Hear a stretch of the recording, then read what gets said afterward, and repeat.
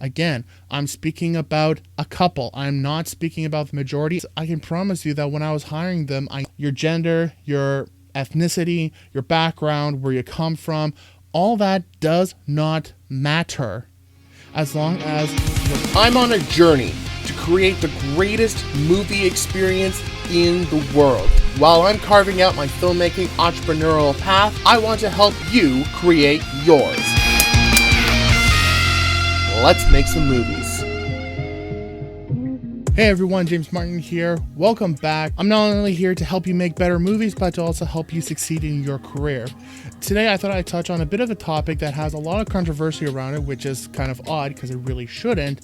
And that is, what should you be looking for when you're bringing on a crew and a cast? What are some of the most essential skills and some of the most sort of important things to think about before hiring? And I say there's a lot of controversy around this because, especially right now, there's a big topic about should we be hiring more women, or the fact that there aren't enough women in the film industry and there aren't enough positions being filled by women, specifically women.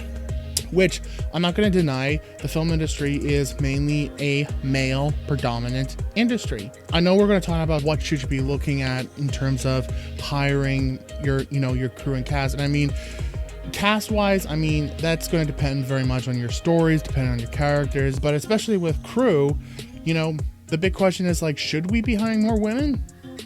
Well, that depends. There's actually a lot of things we need to consider before hiring. The problem is that if you just put a priority out that says, oh, we have to hire women, then you're discriminating against all the men who knows, might have a better work ethic, might be nicer to work with, might even be more talented in those positions than the women that you're hiring. And I'm not saying that there aren't great women to work with.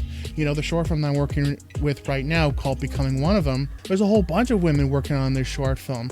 My production designer, my makeup artist, one of our PAs, our editor. We have a lot of women working on this movie, and that's not including the cast. But the thing is, I can promise you that when I was hiring them, I never thought about their gender once.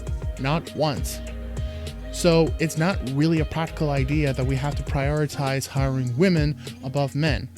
And that's also not to say that I've also brought on some women. Now, this has been a couple rare scenarios, but it does happen where I have brought on women and they've been a pain in the butt. Now, I'm not saying that all women are a pain. That's far beyond the truth. And I think that we're all old enough and mature enough to understand that we can, one, have this conversation, and two, know that I'm talking about a few case scenarios, not the majority. Same with when we keep saying that we can't hire men. Well, you're discriminating against all the men in the world. And there might be certain roles that are better suited for men. But the other thing we have to consider is the reason why, men are more predominant in the film industry than women. It's not because we're trying to discriminate against women. Far from it. You have to also understand stuff like the fact that in the film industry, you're going to be working longer hours. The work is sometimes more physical, much more demanding, especially if you're working on 12-hour days, 16-hour days, 20-hour days, sometimes even longer. There are positions like the camera department, the lighting department, the grip department, the gaffer department, and a whole bunch of other different departments that require a lot of physical labor. And again, I know a lot of women who are in those type of roles that are cinematographers, DPs, production designers, as I said, grips, gaffers, the whole shebang. But do you know who's going to be more likely to want to do those type of positions? It's actually the men. Men actually prefer long hours, working hard, more physical hands-on jobs. And again, that's not to say that there are not women out there who are suited for any of the positions on a set. If there are, that's fantastic, and I think that you shouldn't discriminate against anyone. But I've yet to find some set that has specifically said we are not hiring women at all, because I'm willing to bet that there isn't one out there. Now, that being said, this whole video is about what should you be looking for when it comes to hiring cast and crew. Well, there are 3 different criteria that I do highly recommend you consider every single time you're about to bring someone on. These are 3 very important traits and skill sets that you really have to keep an eye out for, because if they don't have all 3, I don't care what their gender are, I don't care what their race is, I don't care what industry they come from, I don't care about their background. If they don't have all 3 of these things, before coming onto your set, I guarantee you're going to have a problem. Well, if I'm going to talk about the number one most important asset that every single crew and cast must have, first, they have to be nice. And I know that doesn't sound like a technical type of, skill set or trait that they need to have, but I promise you, you don't want to deal with someone who's going to be a pain in the butt. You want to have someone that's going to get along with everyone, that's going to do the best they can to keep a positive attitude, even in tough circumstances.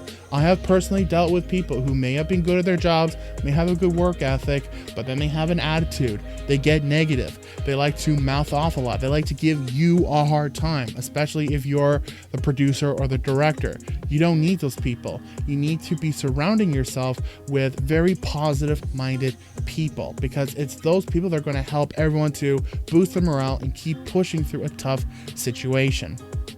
So the number one thing that you have to look out for is they have to be nice.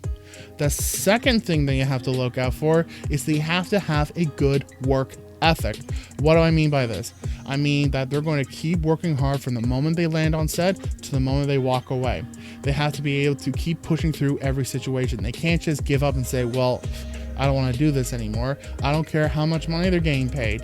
As a matter of fact, one of the best ways that you can even test a person if they're even worth being hiring onto the next project is they should come on for free, and then you can test them out on their work ethic. PA work is some of the most important things that you could be doing when you're starting out in filmmaking, because when you volunteer on someone else's set, you can prove if you have, a good work ethic, if you're a nice person, if you do a really good job on set, and that's just you on a volunteer basis, then you're worth coming out again and actually getting a paid position. But they need to work hard, they need to push through, they need to make sure that the job gets done and it gets done properly. So they have to be nice and they have to have a good work ethic. The third and final thing that they need to have, of course, is they have to be good at their job. I'm essentially talking about common sense, right? Be nice, work hard, and be good at your job. It's that simple. Your gender, your ethnicity, your background, where you come from, all that does not matter as long as you're nice, you work hard, and you're good at what you do.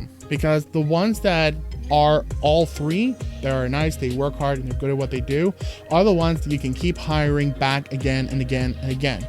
And regardless of their gender, regardless of their background, they're going to perform well and do a really good job. And they're going to be the type of people that you want to bring back on. So this whole nonsense about, oh, we're not bringing enough women into the film industry. Well, again, I have personally met some women, not all, some, who have been a pain in the butt and they haven't been nice, who may not have a good work ethic, and some of them were not good at their jobs. Again, I'm speaking about a couple. I'm not speaking about the majority, and certainly not about everyone in general. That is far from the truth. Before you bring someone on, just look at 1, are they a nice person? 2, do they have a good work ethic? And 3, are they good at what they do? And that way you're going to have a much better time with your crew, a much better time with your cast. The shoot's going to go a lot smoother, and it's going to be much more enjoyable, and you're going to get the best results every time. All right, that's it. Thanks so much for watching this video. If you got any value, please smash the like button, subscribe if you haven't. We have videos being posted every single week. Thank you so much to everyone that supported us. Please take a look at all the social links down below if you want to connect with me. I'm very engaging on all the social platforms. And until then, I wish you the best of luck with hiring your crew, and I will see you next time. I'm here to help you filmmakers to not only help make better movies, but also help you to succeed.